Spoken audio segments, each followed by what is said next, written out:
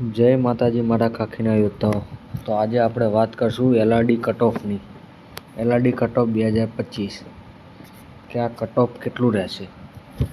અમુક લોકો કે 100 રહેશે, અમુક કે 88, અમુક કે 125, અમુક 130 અને અમુક તો 135 પ્લસ કે. તો શું સાચું કે શું ખોટું તે આજે આપણે જોશું. પહેલી વાત તો આપણે એ કરી લઈએ કે મેરિટ નીચું જવાના ચાન્સીસ કેટલા છે. નીચા જવાના ચાન્સીસ કુલ 6 ચાન્સ છે કે મેરિટ 100%, 101% મેરિટ નીચું જશે. તો જોઈ લઈએ કયા કયા ચાન્સ, કયા કયા એવા કારણો છે કે જેનાથી મેરિટ નીચું જશે.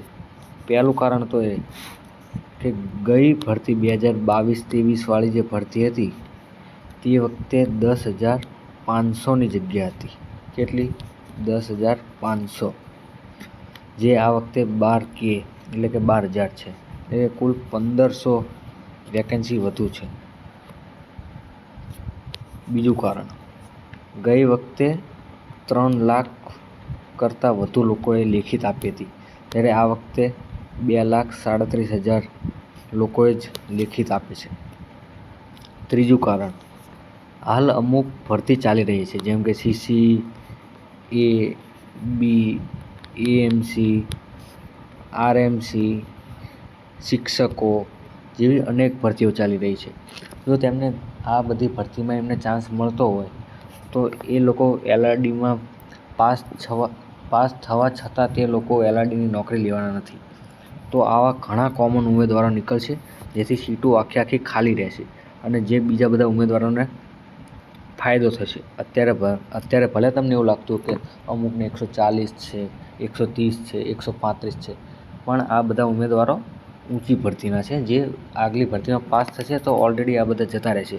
તો આ બધું મેરિટ નીચે આવવાના જ કારણો છે. પછી અન્ય જીપીએસસી તથા ટેકનિકલવાળા જેને સારી કેડર મળતી હોય એ બધા લોકો એલઆરડીમાં ઓટીપી આઉટ કરશે, એટલે કે તે ડોક્યુમેન્ટ વેરિફિકેશન નહીં કરાવે અથવા તો વેરિફિકેશન કરાવશે તો એ જોબ નહીં લે. જેથી હાઈ માર્ક્સવાળા લોકોની સંખ્યામાં ઘટાડો થશે અને મેરિટ નીચું જવાનું ચાન્સીસ 101% વધી જશે. અમુક લોકોને એની એ જ જોબ મળશે. ધારો કે કોઈ SRPFમાં પહેલેથી જ હોય અને એમને ફરથી એની એ જોબ મળે તો આવા ઘણા કોમન ઉમેદવારો નીકળી જશે. જેમ કે કોઈ હથિયારીમાં હોય અને તેમને ફરથી હથિયારી જ મળી ગઈ તો એ લોકો હથિયારી ના લે. તો આવી ઘણી કોમન સીટો નીકળશે. અને જો પહેલાં PSIનું રિઝલ્ટ આવી જાય તો 472, એમાંથી માની લો ને 300 જણાએ કોન્સ્ટેબલમાં PSI બંનેમાં ફોર્મ ભર્યા હોય, બરાબર, તો એ 300 જણા PSIમાં જતા રહે તો 300 સીટું એ ખાલી પડી રહે. જો PSIનું રિઝલ્ટ પહેલાં આવે તો. એટલે શાંતિ રાખો, ઉપાધિ ન કરો, જે થશે એ સારા માટે જ થશે. હવે આપણે નક્કી કરી લઈએ કે મેરિટ કેટલું રહેશે. આ છે તમામ એકેડમીના મેરિટ. એમના ઉપર એક નજર મારી લઈએ. જેમ કે લક્ષ્યમ એકેડમીએ કીધું 102 થી 105, લિબર્ટીવાળાને કીધું 105 + 5 એટલે કે એમને 110 ગણો. રાજેશ્વરવાળાએ કીધું 95 થી 100 + 5 એટલે કે એમને 105 ગણો. બકુલ પટેલ 88, નીરજ ભરવાડ 96, GCA 111 + 5 એટલે કે એમનું 116 ગણો. જ્ઞાન લાઈવ 130, એન્જલ 88 થી 100 એટલે કે એમનું પણ 100 ગણો. યુવા 105 ગણો. Web school 107. આ બધા આંકડા ફક્ત જનરલ કેટેગરીના જ છે અને એ અંદાજિત આંકડા છે. બધાના પોતપોતાના મત મતાંતર હોય. હવે આ બધાનો સરવાળો કરીએ ને, આ બધાનો તો થાય છે 1,062 અને કુલ છે 10 જણા, 10 એકેડમી.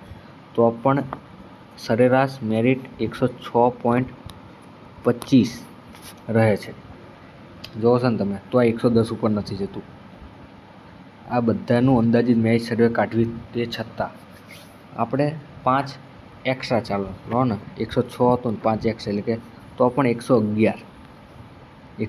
અને ઘણા ઉમેદવારો તો હજુ કોમન નીકળશે, ઓટીપી આઉટ કરશે, એકની એક પોસ્ટ ફરી મળશે, આવું બધું બહુ થશે. એટલે તમે શાંતિ રાખો, ઉપાધિ ના કરશો, ખોટું ટેન્શન ના વધારશો. અને ઘણા લોકો ઓનલાઈન ખાલી ગપ્પા જ મારતા હોય, 110, 115, 120, 130.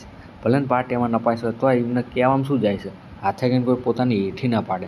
કે કોઈ એવું ના કહે કે ભાઈ હું પાર્ટ એમાં નપાઈશું કે પાર્ટ બીમાં નપાઈશું કે મારા 88 80 માર્ક થાય છે, એટલે ખાલી ગપ્પા મારી દે 120 110, એટલે આપણે ટેન્શનમાં નથી આવવાનું.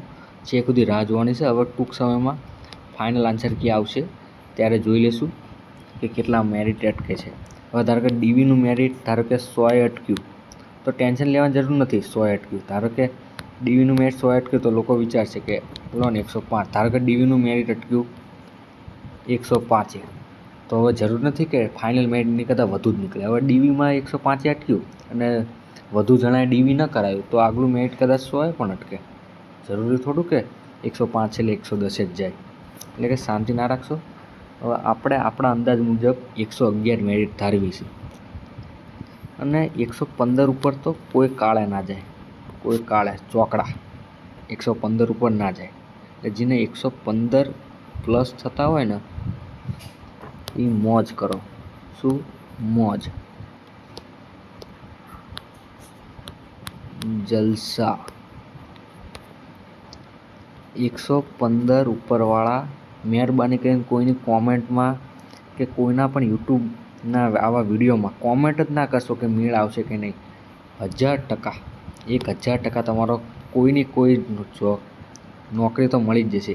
છેલ્લે એસઆરપીમાં તો વારો આવશે. એટલે મહેરબાની કરીને 115વાળા કોઈ મેસેજ જ ના કરશો કે મળશે નહીં મળે હા કે ના. એ શાંતિથી ચીલ કરો,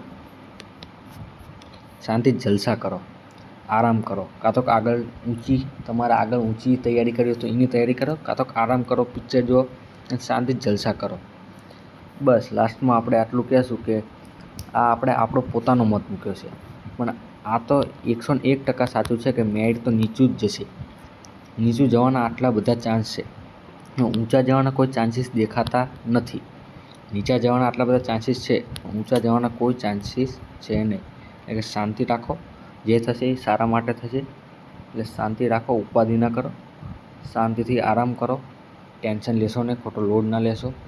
બસ. જય હિન્દ, જય ભારત.